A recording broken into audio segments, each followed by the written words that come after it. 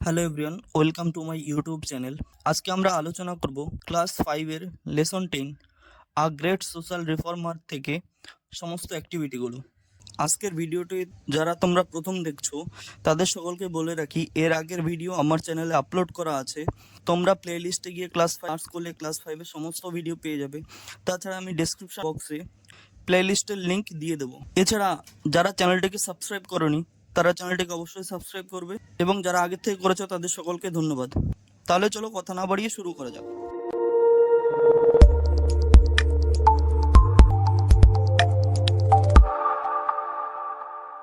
Let's do activity 1। দেখো activity 1-এ কি বলা হয়েছে, complete the following sentences with information from the text.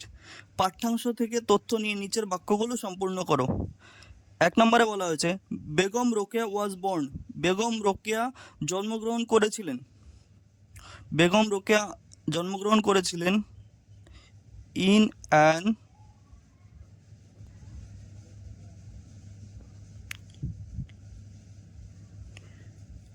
Effluent Muslim family.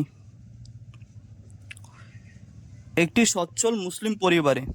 Next number 2, at home she learned. বাড়িতেই তিনি শিখেছিলেন। কি কি শিখেছিলেন? আরবি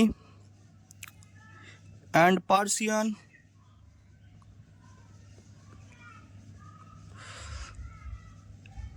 and lessons in Bengali and English। আরবি, ফার্সি, বাংলা ও ইংরেজি। Number 3, she never went. তিনি কখনো যাননি। কোথায় যাননি? টু স্কুল, বিদ্যালয়ে যাননি। Number 4, she wrote. তিনি লিখেছিলেন। কি লিখেছিলেন? সাম গ্রেট বুকস বোথ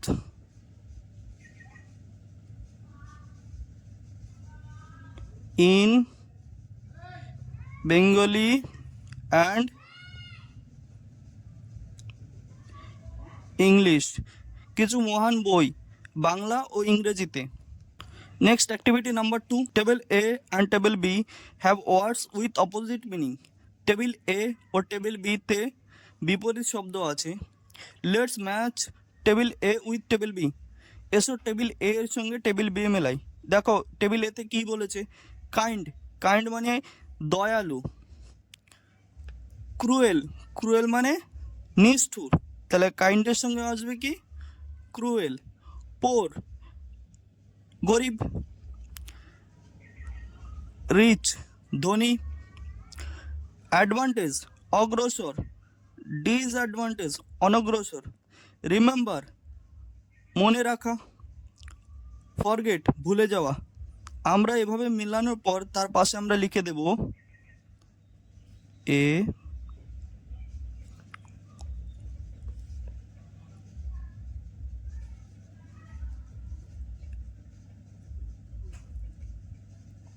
দেখো নেক্সট অ্যাক্টিভিটি 3 কি বলা হয়েছে, let's write T for true and F for false statement in the boxes.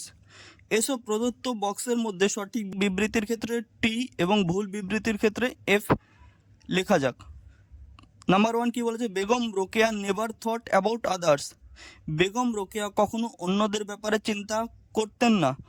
তাহলে আমরা সকলে জানি তিনি ছিলেন একজন সমাজ সংস্কারক, তিনি সকলের ব্যাপারে চিন্তা করতেন, তাহলে এটা হবে ফলস। আমরা লিখবো এখানে F. Next number 2, Begum Rokeya demanded education for women. Begum Rokeya দাবি করেছে মহিলাদের শিক্ষার জন্য। তাহলে তিনি শিক্ষার জন্য দাবি করেছেন, এটা হবে টি, সত্য। Number 3, she wrote against social injustice. তিনি লিখেছিলেন সমাজের অন্যায়ের বিরুদ্ধে। এটাও কি হবে? টি হবে, true. Number 4, she never felt the importance of women in a family. তিনি কখনোই অনুভব করেননি একটি পরিবারে মহিলাদের গুরুত্ব। তিনি অনুভব করেছিলেন, তাই এটা হবে কি F, false. Next activity number 4 বলা হয়েছে find out the word clusters describing word naming word from the above text. উপরের পাঠ্যাংশ থেকে শব্দগুচ্ছ, বর্ণনামূলক শব্দ এবং নামকরণ শব্দ খুঁজে বার করো। কোথাও কোথাও বর্ণনামূলক, আবার কোথাও কোথাও নামবাচক শব্দ দেওয়া আছে। যেখানে বর্ণনামূলক শব্দ দেওয়া আছে সেখানে নামবাচক শব্দ লিখতে হবে, আর যেখানে নামবাচক শব্দ দেওয়া আছে সেখানে বর্ণনামূলক শব্দ লিখতে হবে। দেখো 1 নম্বরটা করে দেওয়া আছে সোশ্যাল রিফর্মস, সমাজ সংস্কার। তারপর লেখা আছে হেলদি, এটা দিয়ে বোঝায় কি বর্ণনামূলক। তাহলে কি লিখতে পারি আমরা এখানে ফ্যামিলি, এটা নামবাচক শব্দ। তারপরে দেওয়া আছে ওমেন, নামবাচক, এখানে আমরা লিখব ডিসঅ্যাডভান্টেজ।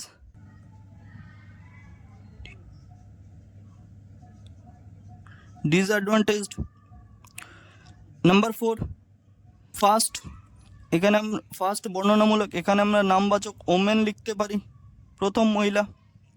হিউম্যানিস্ট, এখানে আমরা লিখতে পারি স্ট্রং, মহান হিউম্যানিস্ট। দেখো এখানে আমরা লিখতে পারি ফেমাস, বুকস, বিখ্যাত বই, আইডিয়াল, নেশন। তারপরে লিখতে পারি গ্রেট বুকস, মহান বই। Let's find out the meaning of the following science. এসো নিচের চিহ্নগুলোর অর্থ নির্ণয় করি। একটা মার্কস দেওয়া আছে, তারপরে লেখা আছে কি tales us that is a question, it is a question marks. এই চিহ্নটি আমাদের প্রশ্ন বলে দেয়, এটি হলো প্রশ্নবাচক চিহ্ন বা প্রশ্নসূচক চিহ্ন। তারপর আরেকটা চিহ্ন দেওয়া tells us that we stop here, এই চিহ্ন আমাদের থামতে বলে, ইট ইজ আ ফুল স্টপ, এটি হলো পূর্ণচ্ছেদ। তারপরে চিহ্নটা দিয়ে লেখা আছে tells us that we stop here for a short wheel, এই চিহ্নটি আমাদের কিছুক্ষণ থামতে বলে, ইট ইজ আ কমা, এটি হলো কমা বা পাদচ্ছেদ। নাম্বার 4 দেওয়া আছে, দেখো আরেকটা চিহ্ন দিয়ে লেখা আছে tells us that a list or a topic follows from here, আমাদের একটি তালিকা বা বিষয় শুরু হওয়ার কথা বলে, ইট ইজ আ কোলন, এটি হলো দৃষ্টান্তচ্ছেদ বা colon. Number 5 indicate the break of a sentence, এই চিহ্নটা আমাদের একটি বাক্য ভাঙার কথা বলে দেয়, ইট ইজ আ সেমিকোলন, এটি হলো সেমিকোলন বা অর্ধচ্ছেদ। এই চিহ্নটা দেখো কি বলা আছে ইন্ডিকেটস পসেসিভনেস, অধিকার নির্দেশ করে, ইট ইজ অ্যান অ্যাপোস্ট্রফি, এটি হলো ঊর্ধ্ব কমা বা উপরের লেখা কমা। নাম্বার 7 দেখো এই চিহ্নটা কি বলেছে indicates surprise joy or anger, বিস্ময়, আনন্দ বা ক্রোধ নির্দেশ করে, it is an exclamation mark, এটি হলো বিস্ময় সূচক চিহ্ন। নাম্বার 8 এই চিহ্নটা দেখো কি বলা আছে ইন্ডিকেটস আ কম্পাউন্ড ওয়ার্ড, এটি যুক্ত শব্দ নির্দেশ করে বা যৌগিক শব্দ নির্দেশ করে, ইট ইজ আ হাইপেন, এটি হলো হাইপেন বা পদ সংযোজক চিহ্ন।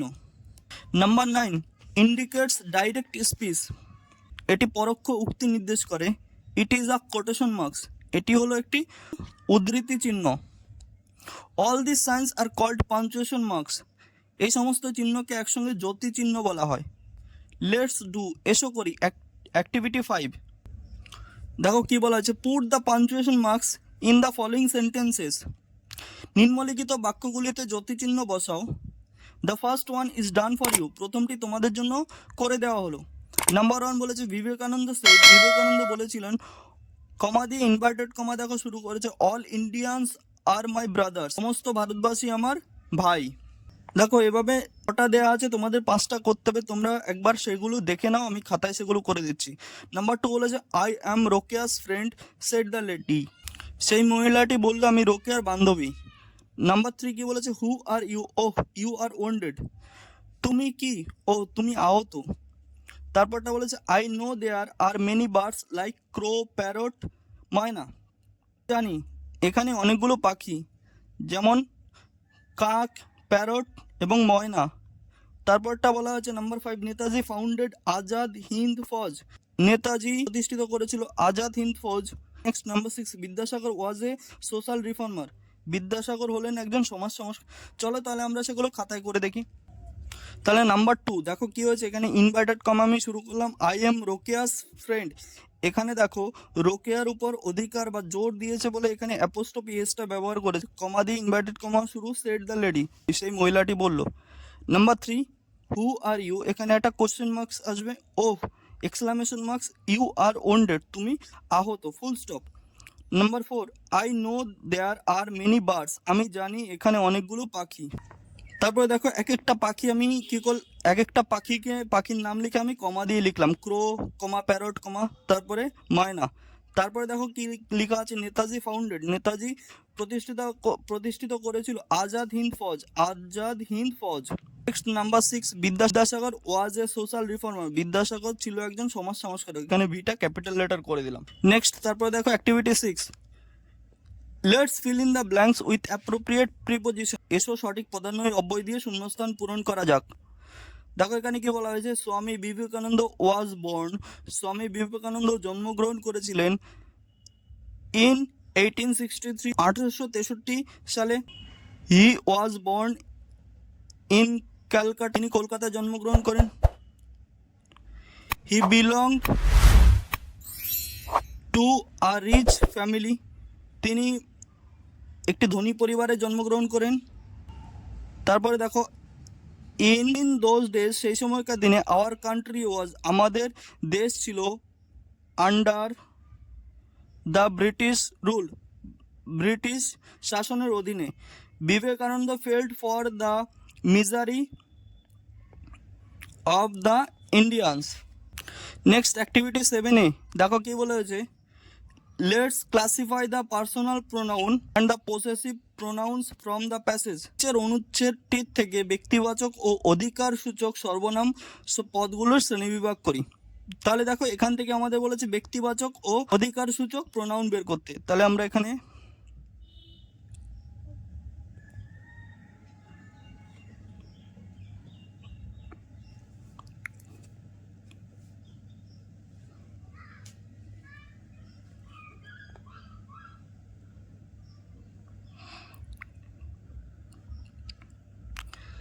বলা আছে রাজা রামমোহন রয় ওয়াজ এ গ্রেট সোশ্যাল রিফর্মার, একজন ছিলেন সমাজ সংস্কারক। হি লিভড, দেখো এখানে হি, এখানে পার্সোনাল প্রোনাউন ব্যবহার করা হয়েছে, রাজা রামমোহন রায়, আমরা এখানে লিখে নেব he. He lived in the 19th century Bengal, তিনি 19বিংশ শতাব্দীর বেঙ্গলে বসবাস করতেন। He worked hard for the betterment of our country, এখানে দেখো হি ব্যবহার করা রয়েছে, আবার আওয়ার ব্যবহার করেছে, তিনি আমাদের দেশের উন্নতির জন্য কাজ করে গেছেন। তাহলে এখানে আওয়ারটা কি হবে, পসেসিভ প্রোনাউন। হিজ ফাইট, এখানে হিজটা হবে possessive pronoun. His fight for abolishing the evil system of Sati and his contribute to the improvement of Indian education will be remembered forever. এখানে দেখো আবার হিজ আছে, এবং তিনি লড়াই করেছিলেন বাতিল করার জন্য সতীদাহ প্রথা, এবং কন্ট্রিবিউট মানে অবদান রেখেছিলেন ইমপ্রুভমেন্ট উন্নতির জন্য ভারতের শিক্ষা ব্যবস্থার, যার জন্য তাকে চিরকাল মনে রাখা হবে। We are all proud of him, আমরা সকলে তার জন্য গর্বিত। এখানে দেখো কি বলা হয়েছে, উইটা পার্সোনাল প্রোনাউন, আমরা। নেক্সট তারপরে দেখো activity 7B, change the personal pronoun used in activity 7A into possessive pronoun, one is done for you. Activity 7A তে ব্যবহৃত ব্যক্তিবাচক সর্বনাম পদগুলির অধিকারসূচক সর্বনাম পদে রূপান্তরিত করো। একটি তোমাদের জন্য করে দেওয়া হয়েছে, দেখো হি আছে, পসেসিভ প্রোনাউন করা হয়েছে হিজ। তাহলে আরেকটা কি আছে, উই পার্সোনাল প্রোনাউন, উইর পসেসিভ ফর্ম হবে ours. Next activity 8, use the following hints and write 10 sentences about Henry Louis Vivian Derozio. নিচের সংকেতগুলো ব্যবহার করো এবং হেনরি লুইস ভিভিয়ান ডিরোজিওর সম্পর্কে 10টি বাক্য লেখো। তাহলে চলো আমরা এটা লিখে নিই। দেখো activity 8, Henry Louis Vivian Derozio. Henry Louis Vivian Diruzio was born on 18th April 1809 at Intelli in Kolkata.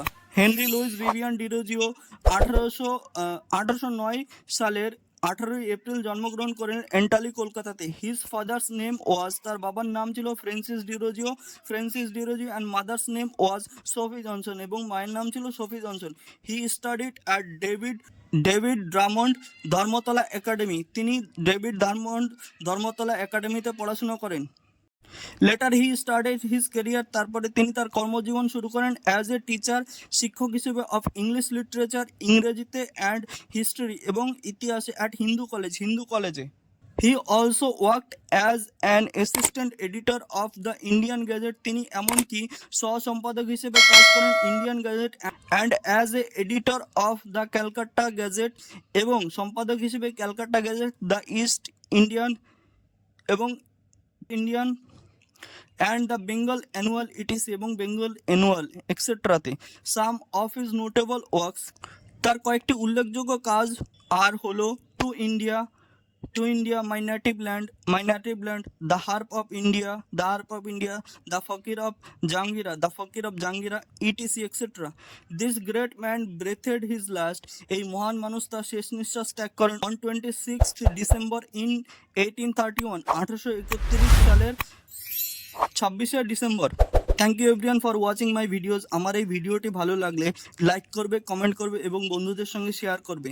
তাছাড়া যারা চ্যানেলটিকে সাবস্ক্রাইব করেনি তারা চ্যানেলটিকে সাবস্ক্রাইব করে নেবে, এবং যদি তোমাদের এর থেকে কোনো প্রশ্ন থেকে থাকে সেটা অবশ্যই কমেন্ট বক্সে জানাবে, আমি তোমাদের প্রত্যেকের প্রশ্নের উত্তর দেব। Thank you.